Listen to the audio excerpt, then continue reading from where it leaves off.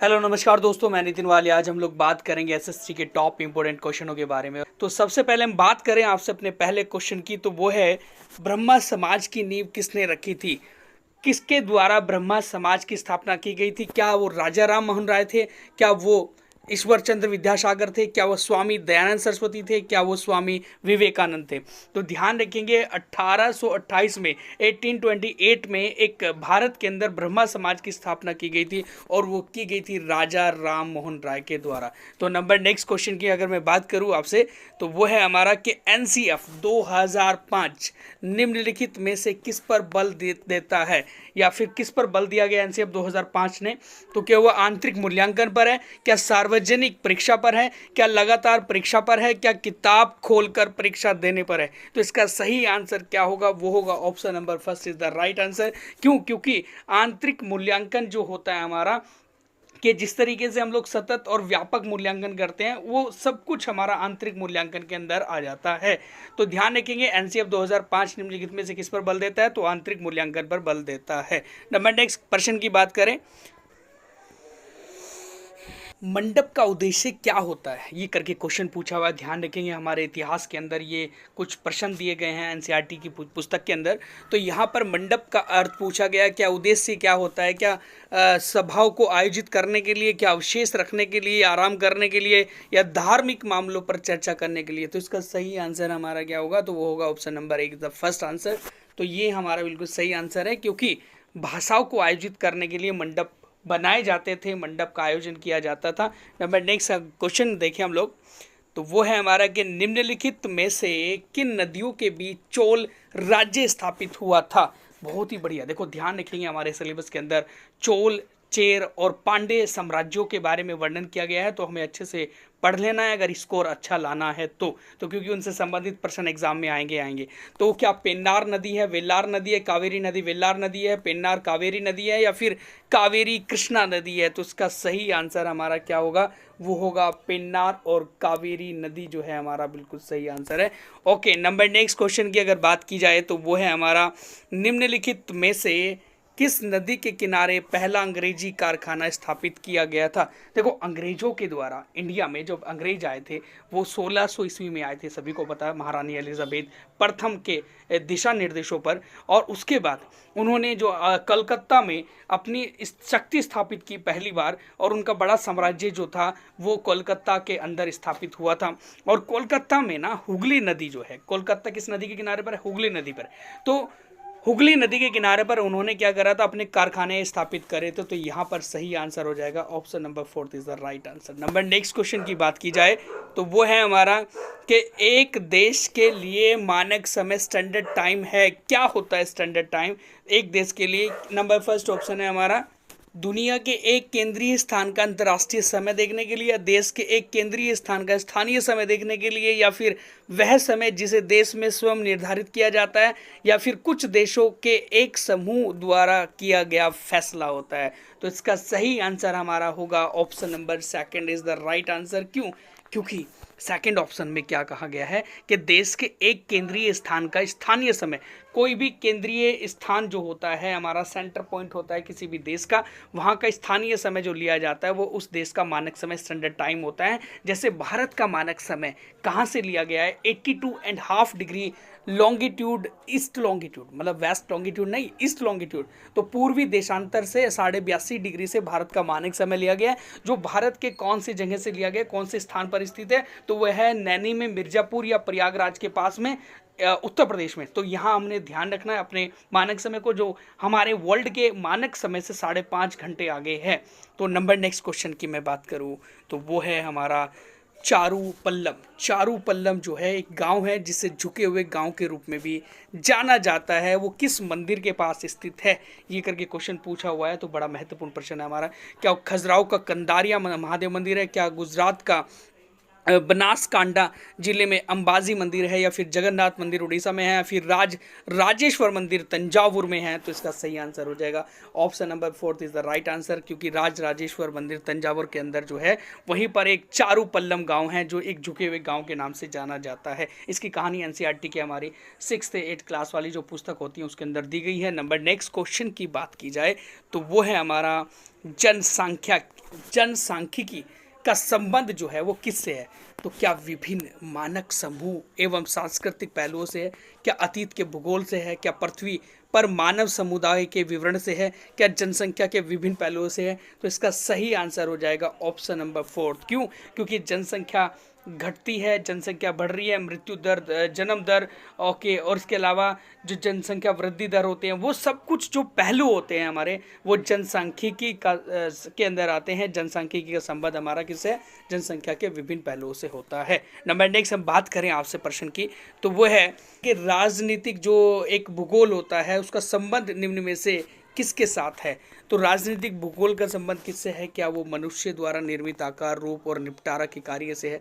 क्या स्थान, बातचीत या पहुंच के साथ आबादी के वितरण, क्रिया और गतिविधि की अवधारणा के साथ होता है? क्या विशेष क्षेत्र के में किसी प्रकार विभिन्न खेत और खेती की प्रणाली से विकसित होता है, या फिर सरकार, राज्य और देश से हो? देखो ध्यान रखेंगे, राजनीतिक भूगोल की बात की जा रही है, तो राजनीतिक मतलब पॉलिटिकल ज्योग्राफी। तो पॉलिटिकल ज्योग्राफी हमारी गवर्नमेंट पर, सरकार पर और राज्य पर या फिर देश पर, इन तीनों पर निर्भर करती है, क्योंकि उसमें राजनीतिक मुद्दे कहाँ, मतलब कौन सी स्टेट में कौन सी सरकार है, कौन सी राजनीति हमारी सबसे ज़्यादा कौन से क्षेत्र में फैली हुई है, तो वो सरकार है, राज्य और देश, इन सब पर निर्भर करती है हमारी राजनीतिक भूगोल। नंबर नेक्स्ट अगर बात की जाए क्वेश्चन की, वो है हमारा व्यवहार मॉडल या मॉडलिंग क्या होता है? तो व्यवहार मॉडलिंग क्या होता है कि छात्र के व्यवहार पर एक मॉडल तैयार करना। क्या एक अनुदेशात्मक गतिविधि जो दर्शाती है कि एक विशिष्ट वातावरण में कैसे कार्रवाई या क्रियाएं का प्रदर्शन करना चाहिए, या ये वाला ऑप्शन है। क्या आदर्श व्यवहार प्रदर्शित करने के लिए एक गतिविधि। क्या एक गतिविधि छात्रों के असामान्य व्यवहार को नियंत्रित करने के लिए? तो इसका सही आंसर क्या होगा? ऑप्शन नंबर सेकंड इसका बिल्कुल सही आंसर है, क्योंकि एक अनुदेशात्मक गतिविधि है ना, एक डायरेक्शन एक्टिविटीज़ को दर्शाती है हमारी व्यवहारिक मॉडल, जो यह एक विशिष्ट वातावरण में कैसे कार्रवाई या क्रियाओं का प्रदर्शन करने के लिए भी प्रयोग में लाई जाती है। ओके, नंबर नेक्स्ट हम बात करें आपसे क्वेश्चन की, तो बड़ा ही महत्वपूर्ण प्रश्न है हमारा, वो है कि निम्नलिखित में से कौन सा विकल्प सामाजिक विज्ञान एसएसटी को समझने की प्रक्रिया का हिस्सा नहीं है? क्या वो अवलोकन नहीं है? क्या चित्रण नहीं है? क्या अमूर्त नहीं है? क्या वो पहचान नहीं है? तो इसका सही आंसर हो जाएगा ऑप्शन नंबर 3। क्यों? क्योंकि अमूर्त जो अवधारणाएं हैं वो सामाजिक विज्ञान जो है हमारा, उससे हम लोग नहीं समझ पाते, क्योंकि मूर्त अवधारणा से के माध्यम से हम लोग सामाजिक विज्ञान को समझ पाते हैं। इसके अलावा अवलोकन भी हमारा एक अच्छे रहता है, चित्रण भी अच्छा रहता है और पहचान भी अच्छी रहती है सामाजिक अध्ययन को पढ़ने के लिए। नंबर नेक्स्ट हम बात करें क्वेश्चन की, तो वो है कि मौके पर पूछताछ, मौके पर मतलब ऑन द स्पॉट क्वेश्चंस का अर्थ क्या होता है?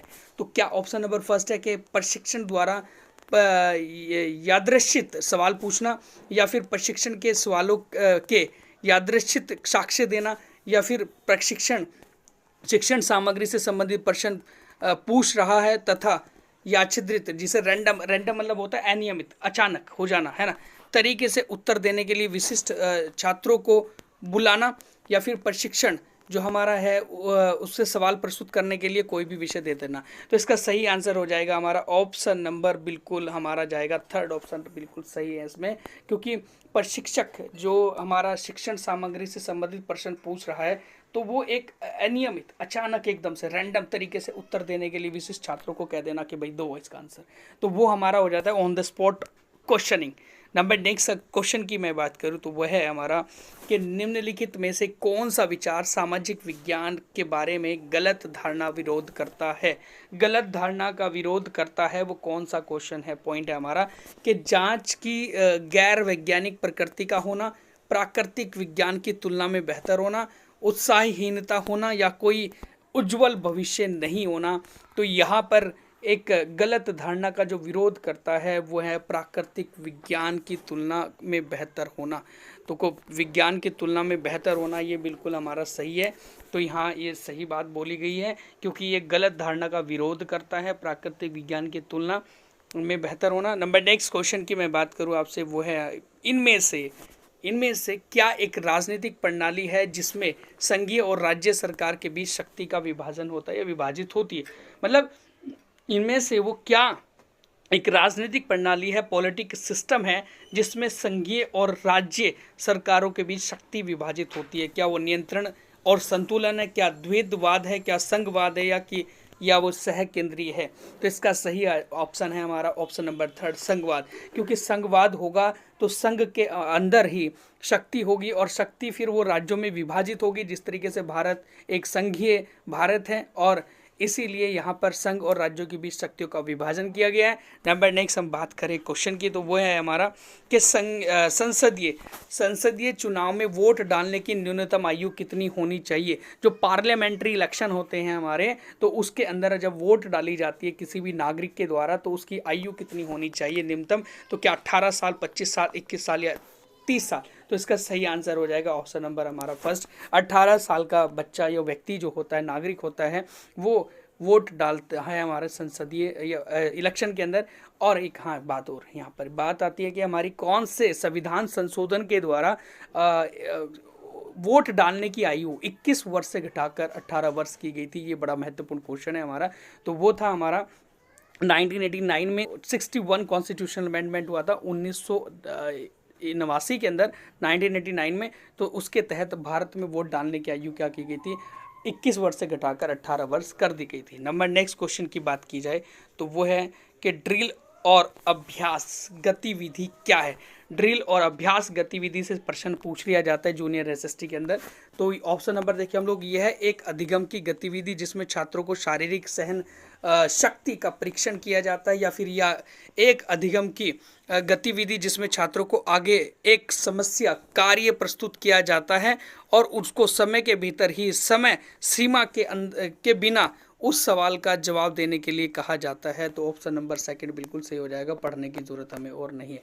ठीक है, तो यहाँ पर की बात बोली गई है कि एक अधिगम की गतिविधि, एक लर्निंग की जो एक्टिविटी है जिसमें छात्रों को आगे एक समस्या कार्य प्रस्तुत किया जाता है, एक समस्या से संबंधित कार्य प्रस्तुत किया जाता है और उनको समय के भीतर ही समय सीमा के बिना उस सवाल का जवाब देने के लिए कहा जाता है। यही हमारा ड्रिल और अभ्यास गतिविधि होती है। ओके, नंबर नेक्स्ट प्रश्न की अगर बात की जाए तो वो है कि ब्लूम के वर्गीकरण के संशोधित रूप में संज्ञा शब्दों के स्थान पर क्रिया शब्दों का प्रयोग क्या दर्शाता है। ठीक है, ये बड़ा महत्वपूर्ण है। देखो ध्यान रखेंगे, ब्लूम के वर्गीकरण में हमारी 6 बातों का वर्णन किया गया है एनसीईआरटी की पुस्तक में हमारी। तो यहाँ क्वेश्चन पूछा गया कि ब्लूम के वर्गीकरण के संशोधित रूप में संज्ञा शब्दों के स्थान पर क्रिया शब्दों का प्रयोग किया क्या प्रदर्शित करता है या क्या दर्शाता है। क्या सोच एक निष्क्रिय को दर्शाता है, सोच एक सक्रिय को दर्शाता है, सोच एक उभरती प्रक्रिया को दर्शाता है, या कि सोच एक तार्किक प्रक्रिया को समझाता है। तो इसका सही आंसर हो जाएगा ऑप्शन नंबर सेकंड बिल्कुल राइट है। सोच एक सक्रिय प्रक्रिया को दर्शाता है, संज्ञा शब्दों से क्रिया शब्दों का स्थानांतरण होना। नंबर नेक्स्ट हम बात करें आपसे प्रश्न की, वो ही बड़ा महत्वपूर्ण प्रश्न है कि हमारा कि छात्र केंद्रित सक्रिय अधिगम मतलब चाइल्ड सेंटर एक्टिव लर्निंग में पूछताछ, सूक्ष्म चिंतन और समस्या का समाधान इनमें से किसके अंतर्गत आता है। क्या वो जांच आधारित शिक्षण के अंदर आता है, क्या समस्या आधारित अधिगम के अंदर आता है, सहकारी अधिगम के अंदर आता है, या फिर परियोजनात्मक आधारित अधिगम के अंदर आता है। तो इसका सही आंसर हो जाएगा हमारा समस्या आधारित अधिगम के अंदर यहाँ पर ये चीज़ें आ जाती हैं। ओके, नंबर नेक्स्ट प्रश्न की बात की जाए तो वो है हमारा कि बुद्धिशीलता का मतलब होता है ब्रेन स्टॉर्मिंग किसे कहा जाता है। तो ब्रेन और स्टॉर्मिंग किसे कहा जाता है भाई, कि किसी भी विषय पर अपने मन को तनावपूर्ण करना या बेहतरीन विचारों की सूची बनाना, मस्तिष्क बढ़ाने का आहार लेना, या फिर किसी भी विषय पर प्रासंगिक विचारों की व्याख्याओं का विसर्जन करना। तो इसका सही आंसर क्या होगा, तो इसका सही आंसर है हमारा ऑप्शन नंबर फर्स्ट बिल्कुल राइट आंसर है, क्योंकि किसी भी विषय पर अपने मन को तनावपूर्ण करना ये हमारा बुद्धिशीलता ब्रेन स्टॉर्मिंग कहलाता है। देखो ध्यान रखेंगे, हम लोग कहते हैं कि हमें टेंशन हो रही है, तो किसी भी विषय पर अपने मन को तनावपूर्ण बनाना ब्रेन स्टॉर्मिंग कहलाता है। नंबर नेक्स्ट हम बात करें आपसे बड़ा महत्वपूर्ण प्रश्न है, वो है कि निम्नलिखित कथनों को पढ़िएगा और उनमें से सही बिंदु को हम लोग चयन करेंगे। कई स्रोतों से आई अनुसंधान एक प्रश्न का लिखित भाग मौखिक प्रस्तुति। ठीक है, तो नंबर सेकंड है हमारा कि ग्राफिक या दृश्य जो कि टेबल, रेखांकन, चार्ट आदि हो सकता है। उसके बाद है हमारा समय का सही उपयोग ठीक है, तो दिए गए बिंदुओं में से कौन सा बिंदु सामाजिक अध्ययन की परियोजना में शामिल किया जाना चाहिए? तो कौन सा शामिल किया जाना चाहिए इनमें से सामाजिक विज्ञान के अध्ययन के लिए? क्या वो कई स्रोतों से आई अनुसंधान और एक प्रश्न लिखित भाग और मौखिक प्रस्तुति, या फिर ग्राफिक एवं दृश्य एवं टेबल, हमारे जो टेबल है, रेखांकन, चार्ट आदि है, या फिर समय का सही उपयोग? इनमें से सही आंसर क्या होगा? क्या केवल सेकंड सही है? क्या एक और तीन सही है? क्या दो और तीन सही है? क्या एक और दो तीन तीनों सही है? तो इसका सही आंसर हो जाएगा ऑप्शन नंबर 4 बिल्कुल सही है, क्योंकि तीनों के तीनों बिल्कुल सही है एसएसटी का अध्ययन करने के लिए। ओके, नंबर नेक्स्ट प्रश्न की बात की जाए तो बड़ा ही महत्वपूर्ण प्रश्न है हमारा, वो है कि सहकारी अधिगम कोऑपरेटिव लर्निंग क्या है? कोऑपरेटिव लर्निंग के बारे में, है ना, बहुत बढ़िया क्वेश्चन पूछे जाते हैं, यही क्वेश्चन बार बार रिपीट होते हैं, मैं आपको पहले बता रहा हूँ। ठीक है, तो यहाँ पर बात आती है कि शिक्षक का अन्य शिक्षकों के साथ सहयोग, फिर घर एक सहयोगी वातावरण में अधिगम, या आम लक्षणों को प्राप्त करने के लिए छात्रों के बीच बातचीत, या अधिगम के अनिपचारित तरीके, है ना, अनिपचारिक उपचारिक है ये हमारा, यहाँ पर उपचारिक तरीके होते हैं। ठीक है, तो यहाँ इसका सही आंसर क्या होगा कि शिक्षक का अन्य शिक्षकों के साथ सहयोग करना, या फिर घर पर एक सहकारी वातावरण में अधिगम करना, या फिर आम लक्षणों को प्राप्त करने के लिए छात्र को बातचीत करना। तो ये इसका बिल्कुल सही आंसर चला जाएगा कि आम लक्ष्य को प्राप्त करने के लिए छात्रों के बीच जब आपस में बातचीत होती है, एक सहयोग होता है, सहयोग की भावना उत्पन्न होती है, उसे ही सहयोग अधिगम कहते हैं, उसे ही हम लोग कोऑपरेटिव लर्निंग कहते हैं। नंबर नेक्स्ट क्वेश्चन देखिए हम लोग, बड़ा ही महत्वपूर्ण प्रश्न है। प्रश्न ये है कि भारत में लोकप्रिय ब्रिटिश विरोधी आंदोलन असली संस्थापक के रूप में किसे जाना जाता है? मतलब भारत में जो लोकप्रिय ब्रिटिश विरोधी आंदोलन हुए हैं, बहुत सारे हुए हैं, तो उनमें से अलग अलग लोगों ने करे हैं, बहुत सारे व्यक्तियों ने करे हैं, लेकिन उनमें से वो व्यक्ति कौन है जिनको बिल्कुल ही असली संस्थापक कहा जाता है ब्रिटिश विरोधी आंदोलन का? तो क्या वो दादा भाई नौरोजी को कहा जाता है? क्या एनी बेसेंट को कहा जाता है? क्या डॉक्टर बाबा साहेब अम्बेडकर को कहा जाता है? क्या वो बाल गंगाधर तिलक जी को कहा जाता है? तो इसका सही आंसर हो जाएगा option number 4 is the right answer. बाल गंगाधर तिलक को बिल्कुल एक ब्रिटिश विरोधी आंदोलन के असली संस्थापक के रूप में जाना जाता है। देखो, इनको जेल भी हो गई थी, है ना, इनको जेल हो गई थी, आपने कभी सुना होगा, इतिहास में पढ़ा होगा। ठीक है, उसके बाद इन्होंने क्या करा था, होम रूल लीग की स्थापना भी करी थी। होम रूल लीग की स्थापना भी बाल गंगाधर तिलक के द्वारा कर दी गई थी। एनी बेसेंट ने पहले करी, बाल गंगाधर तिलक ने बाद में करी थी। ओके, नंबर नेक्स्ट हम बात करें प्रश्न की, बड़ा ही महत्वपूर्ण क्वेश्चन रहेगा हमारा कि निम्नलिखित में से कौन सा जुलाई 1946 में स्थापित संविधान सभा के सदस्य नहीं थे? तो इंडियन कॉन्स्टिट्यूशन बनाने के लिए एक संविधान सभा का गठन हुआ था, कॉन्स्टिट्यूएंट असेंबली का गठन हुआ था, और उस कॉन्स्टिट्यूएंट असेंबली में कौन से सदस्य नहीं थे ये करके प्रश्न पूछा हुआ है। क्या जवाहरलाल नेहरू नहीं थे? क्या वल्लभ भाई पटेल नहीं थे? क्या के.एम. मुंशी नहीं थे? क्या महात्मा गांधी नहीं थे? तो इसका सही आंसर हो जाएगा ऑप्शन नंबर 4 बिल्कुल राइट आंसर है, क्योंकि महात्मा गांधी संविधान सभा में नहीं थे। यहाँ पर पंडित जवाहरलाल नेहरू भी थे, वल्लभ भाई पटेल जी भी थे, और के.एम. मुंशी भी थे। ओके, नंबर नेक्स्ट क्वेश्चन की बात की जाए। ओके ओके ओके, बड़ा महत्वपूर्ण प्रश्न देखिए हम लोग, महाराष्ट्र में भक्ति के पारंपरिक गीत भगवान जी को समर्पित है, वो कौन से भगवान हैं जिनको महाराष्ट्र के अंदर सारे पारंपरिक गीत समर्पित होते हैं? क्या वो भगवान श्री कृष्ण जी है? क्या विठुल भगवान है? या जगन्नाथ जी हैं? क्या शिव हैं? तो भगवान शिव को समर्पित है, या फिर जगन्नाथ जी को है, विठुल जी को है, कृष्णा जी को है? तो इसका सही आंसर क्या होगा? तो वो होगा ऑप्शन नंबर हमारा ये सेकंड वाला, ये थर्ड दे रखा मैंने यहाँ पे, यहाँ विठुल। तो विठुल जो है हमारे विष्णु जी के अवतार कहे जाते हैं, और इन्हीं को समर्पित है हमारे महाराष्ट्र के अंदर पारंपरिक गीत, और ये लोकप्रिय जो भी चीज़ें हमारी वहाँ पर होती है, एक सांस्कृतिक प्रोग्राम होते हैं, वो किस भगवान को समर्पित होते हैं? तो ये है विठुल जी को। नेक्स्ट क्वेश्चन की अगर बात की जाती है तो वो है हमारा कि भारत के अंदर या भारत के राष्ट्रपति के द्वारा राज्यसभा के कितने सदस्यों को मनोनीत किया जाता है, या राज्यसभा में कितने सदस्यों को मनोनीत किया जाता है? तो यहाँ पर बात की जा रही है हमारे भारत के जो सबसे बड़ा सदन है, उच्च सदन है राज्यसभा। राज्यसभा के अंदर राष्ट्रपति के द्वारा 12 मनोनीत सदस्य तैनात किए जाते हैं, या फिर उनको नॉमिनेट किया जाता है, और वो अपने क्षेत्र में बहुत ही माहिर होते हैं, अपने क्षेत्र से संबंधित होते हैं, कोई शिक्षा से संबंधित, कोई खेल से संबंधित, कोई साहित्य के संबंधित, कोई वैज्ञानिक कार्य से संबंधित। तो ये हमारे 12 सदस्य होते हैं, इसमें यहाँ पर ध्यान रखेंगे। नंबर नेक्स्ट क्वेश्चन की बात की जाए तो वो है पहाड़ी ढलानों पर कृषि भूमि में मृदा अपरदन को, मतलब मिट्टी के जो इरोजन होता है, मिट्टी का जो अपरदन होता है, उसका जो कटाव होता है, उसको रोकने के लिए, जल प्रवाह को मंद करने के लिए, जो जल ऊपर से पहाड़ों पर से एकदम से तुरंत नीचे आ जाता है, गिर जाता है ना, और घाटियों में आकर नुकसान भी पहुंचाता है, तो उस जल प्रवाह को भी रोकने के लिए क्या उपाय करना चाहिए? क्या अंतरा फसलीकरण किया जाना चाहिए, क्या फिर वो हमारा समोच्च रेखीय जुताई करनी चाहिए, या फिर जिसे हम लोग कहते हैं स्थानांतरित कृषि, या फिर घास से पत्ते या घास पत्तों से ढकना उनको? तो इसका सही आंसर क्या होगा?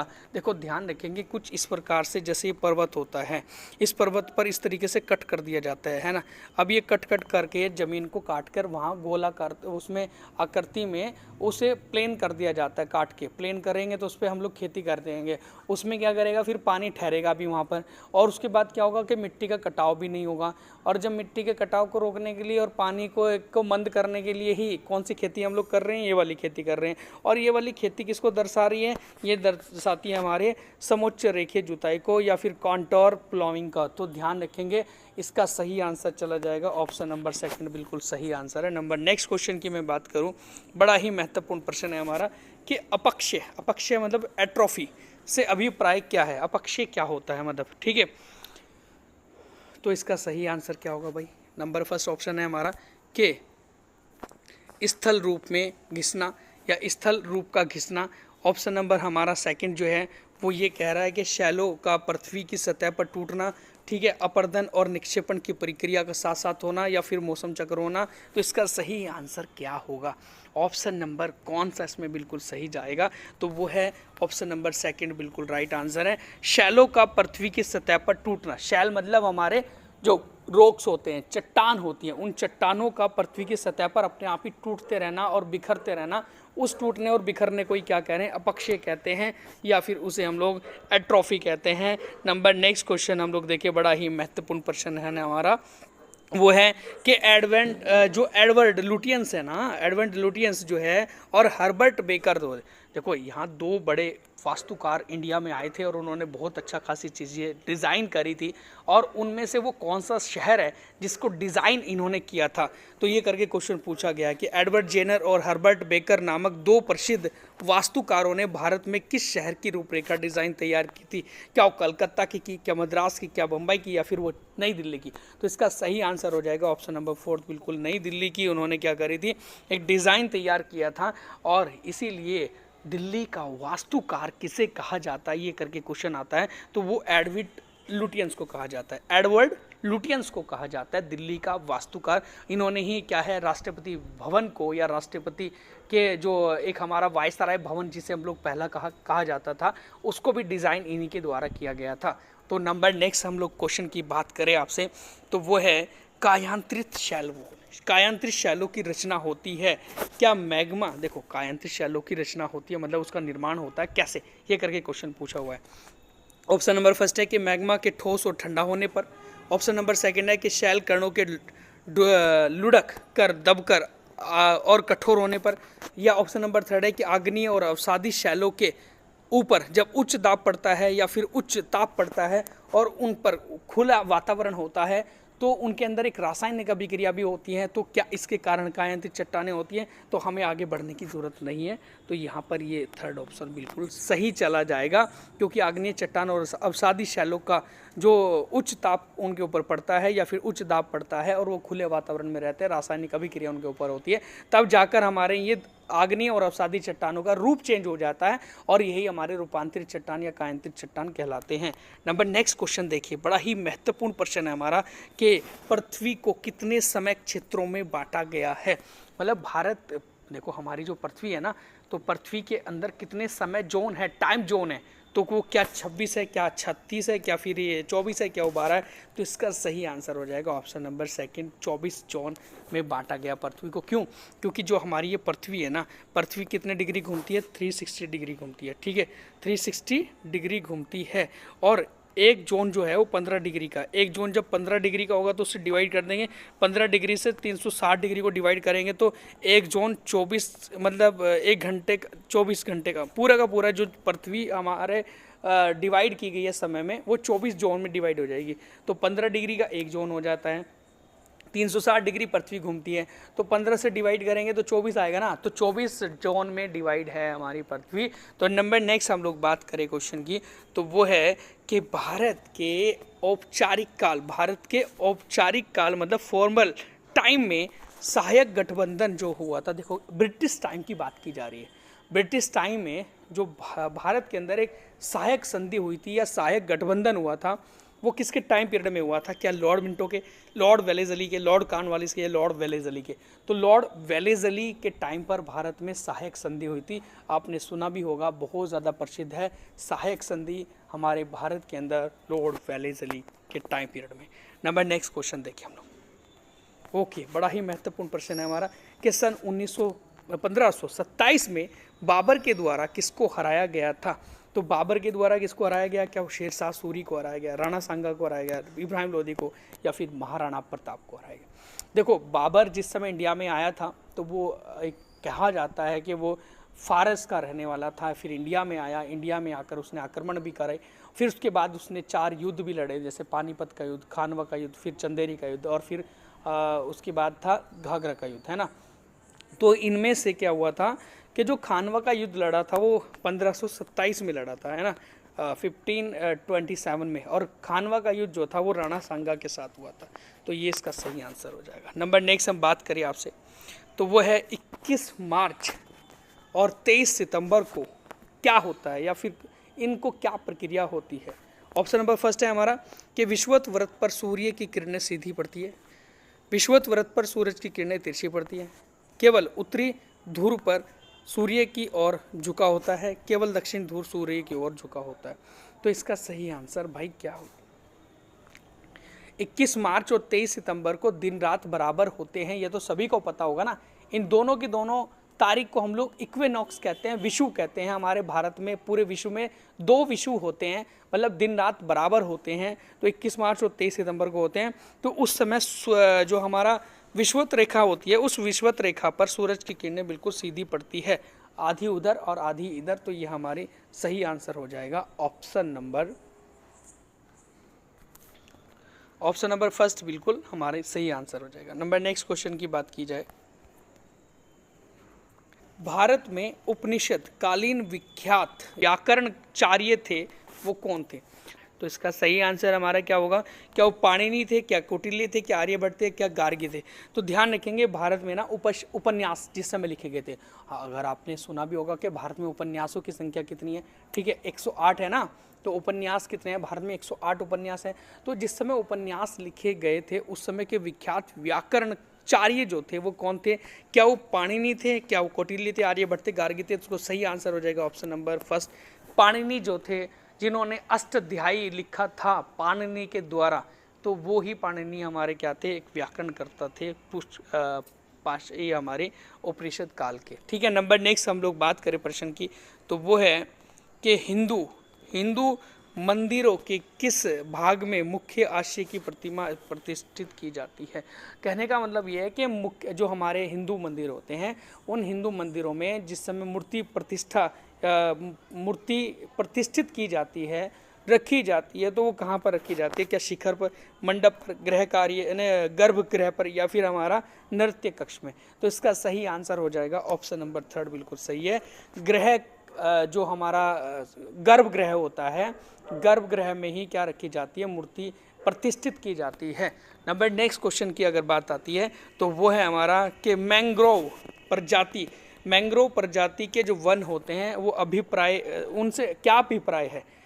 आम के वृक्षों के प्रकार के जैसे होते हैं? क्या वृक्ष खारे पानी में भी रह सकते हैं? वृक्ष अति ऊंचाई तक होते हैं? या फिर वृक्षों की पत्तियां मोटी होती है? तो इसका सही आंसर क्या होगा? ऑप्शन नंबर सेकंड बिल्कुल सही आंसर चला जाएगा कि वृक्ष खारे पानी में भी रह सकते हैं। मैंग्रोव वन जो होते हैं हमारे, मैंग्रोव वन सुना होगा आपने, दलदली स्थानों पर पाए जाते हैं, और दलदली स्थान पर जहाँ पर पानी खारा होता है, खारे पानी होता है। जैसे आपने कभी सुना होगा मैंग्रोव वन हमारे 2 भागों में पाए जाते हैं। एक तो सुंदरी वन होते हैं हमारे, जो एक सुंदरबन के डेल्टा डेल्टा पर पाए जाते हैं, दलदली मैदान में। इसके अलावा कच्छ की रण में या कच्छ की खाड़ी में जो गुजरात के अंदर पानी रहता है, भरा रहता है, दलदल होता है, तो वहाँ पर भी मैंग्रोव वन पाए जाते हैं। वो घास होता है, मार्शी घास जिसे कहते हैं। तो ये जो मैंग्रोव वन होते हैं, चाहे वो छोटे घास का मैदान हो, चाहे वो बड़े वुडी प्लांट हो, जो दलदली स्थानों में खारे पानी में पाए जाते हैं, उन्हें हम लोग मैंग्रोव वन कहते हैं।